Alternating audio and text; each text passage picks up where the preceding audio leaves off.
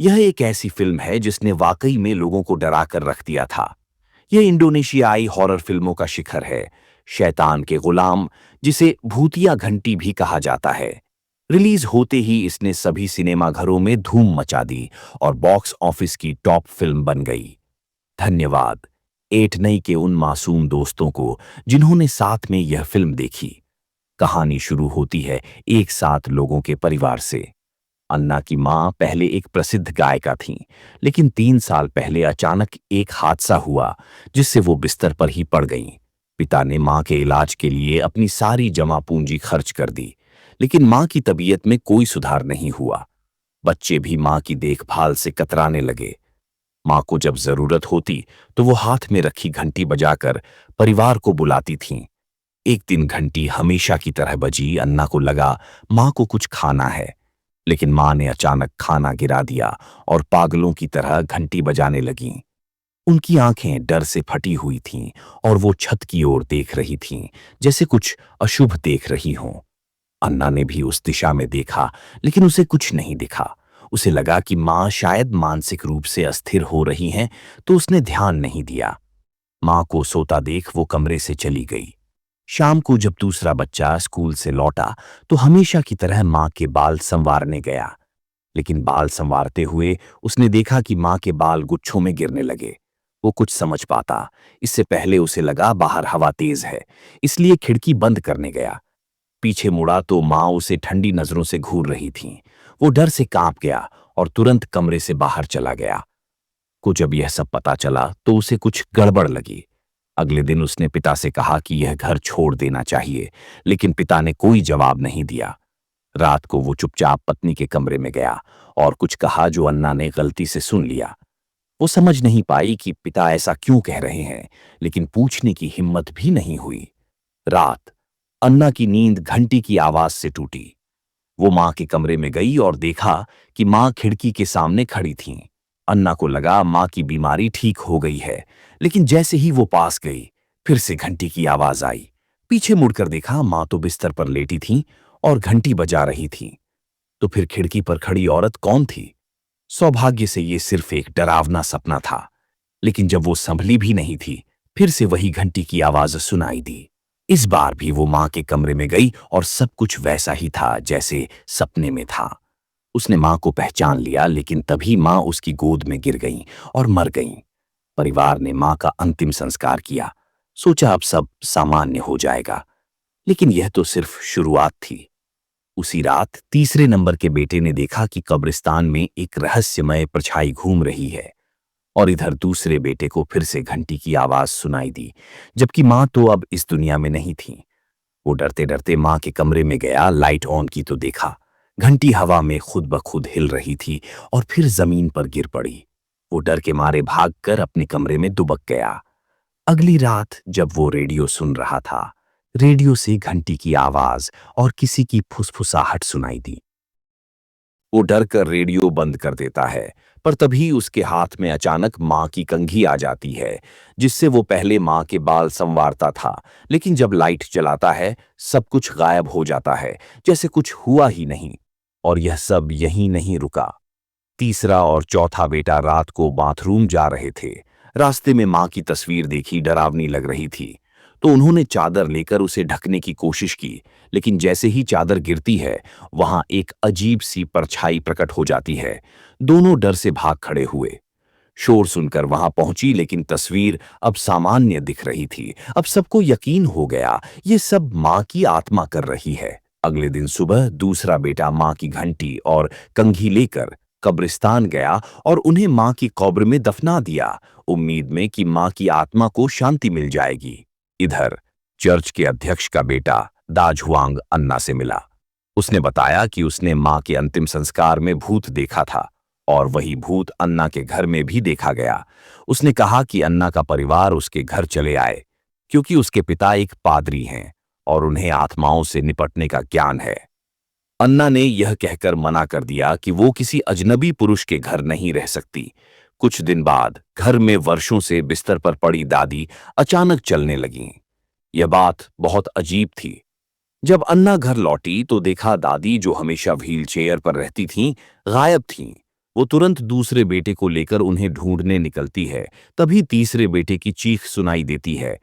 वो दौड़कर वहां जाती है तो देखा छोटा भाई डर से कांपते हुए एक कुएं की ओर इशारा कर रहा है। कुएं में झांक कर देखा दादी का शव पानी में तैर रहा था। गांव वालों ने मिलकर शव को निकाला और चर्च के अध्यक्ष की मदद से अंतिम संस्कार किया गया। लेकिन तीसरा बेटा इस सदमे से बेहोश हो गया और बड़बड़ाने लगा। इसलिए जब वह दादी के कमरे में वापस गई तो उसने देखा कि मेज पर एक चिट्ठी रखी हुई थी जो अभी तक भेजी नहीं गई थी। उस पर लिखे पते से पता चला कि वह चिट्ठी शहर के एक व्यक्ति बूढ़ीमान के नाम थी। अन्ना को लगा शायद इस आदमी से दादी की मौत की वजह का कुछ पता चल सके, इसलिए वह तुरंत दाजुआंग को लेकर शहर निकल गई। वे दोनों चिट्ठी पर लिखे पते के अनुसार एक अपार्टमेंट पहुंचे। अन्ना ने दरवाजा खटखटाया और वही आदमी बूढ़ीमान दरवाजा खोलता है। पता चलता है कि बूढ़ीमान और दादी बचपन के दोस्त थे, लेकिन किस्मत ने उन्हें मिलाया नहीं। बूढ़ीमान अलौकिक घटनाओं का विशेषज्ञ था। घर में जो अजीब घटनाएं हो रही थीं, वो सब अन्ना की मां के गर्भवती होने के समय से शुरू हुई थीं।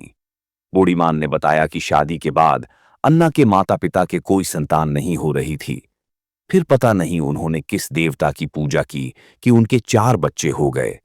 लेकिन जब चौथे बच्चे का जन्म हुआ तभी मां अचानक बीमार पड़ गई और बिस्तर पर ही रह गई। दादी को शक था कि मां ने किसी सच्चे भगवान से नहीं बल्कि शैतान से कोई समझौता किया था।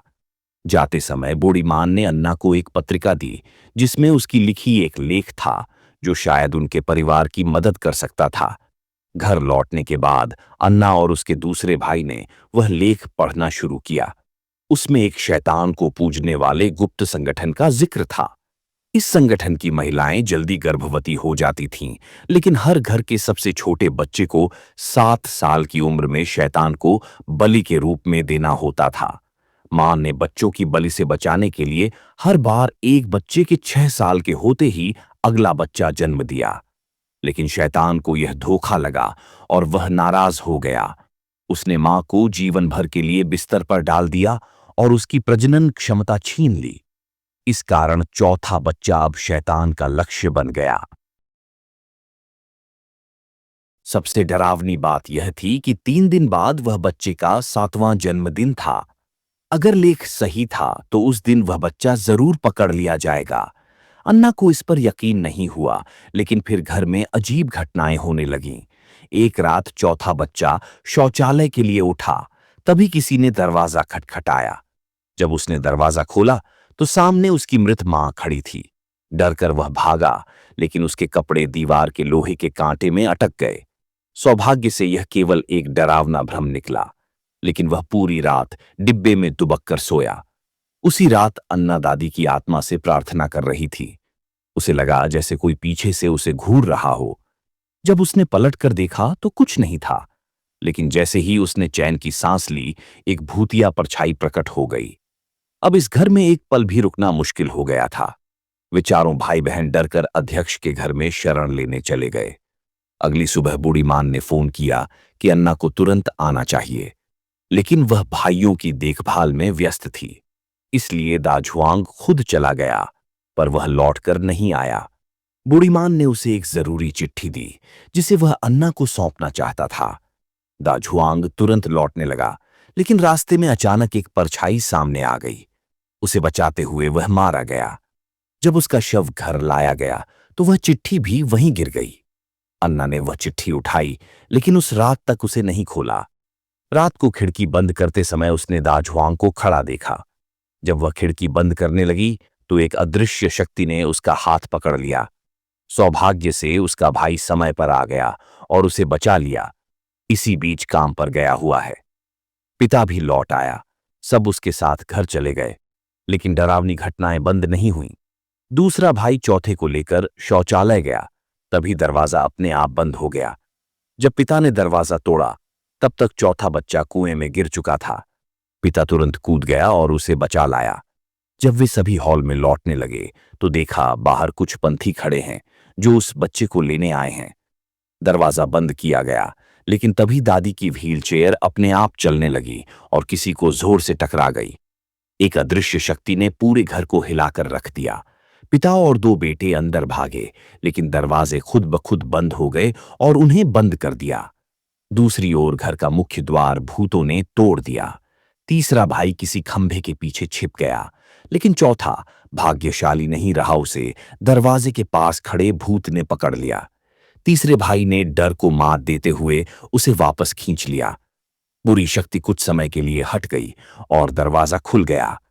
पिता ने रसोई से चाकू उठाया और बाहर निकलकर पंथियों को ललकारा, मैं तुम्हारा नाम लिखूंगा, मैं तुम्हारा नाम लिखूंगा। लेकिन पंथी शांत रहे, बस जमीन पर कुछ छिड़क कर चले गए। परिवार को लगा कि अब सब खत्म हो गया है। उन्होंने सामान पैक किया और जाने की तैयारी की। लेकिन जब वे ट्रक का इंतजार कर रहे थे, अन्ना ने जंगल में जमीन पर लाल बीन्स देखीं। उसे नहीं पता था कि ये साधारण लाल बीन्स नहीं थीं। और जब शाम तक ट्रक नहीं आया और बिजली भी चली गई, सब सोने चले गए। तभी अन्ना ने दाजुआंग के लाए पत्र को खोला और उसमें एक चौंकाने वाला